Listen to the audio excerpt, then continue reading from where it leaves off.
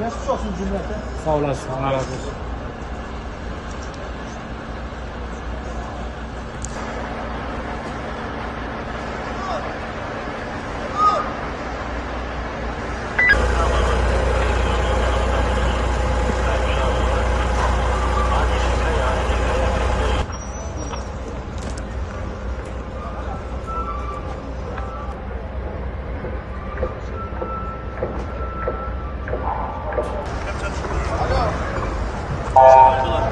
Götürdüler komiserim.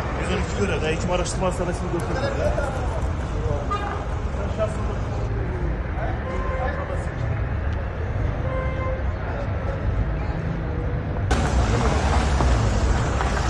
Hemen yola bitersin size zahmet ya. Ne diyor Muhammed? Bu aracı çıkaralım mı?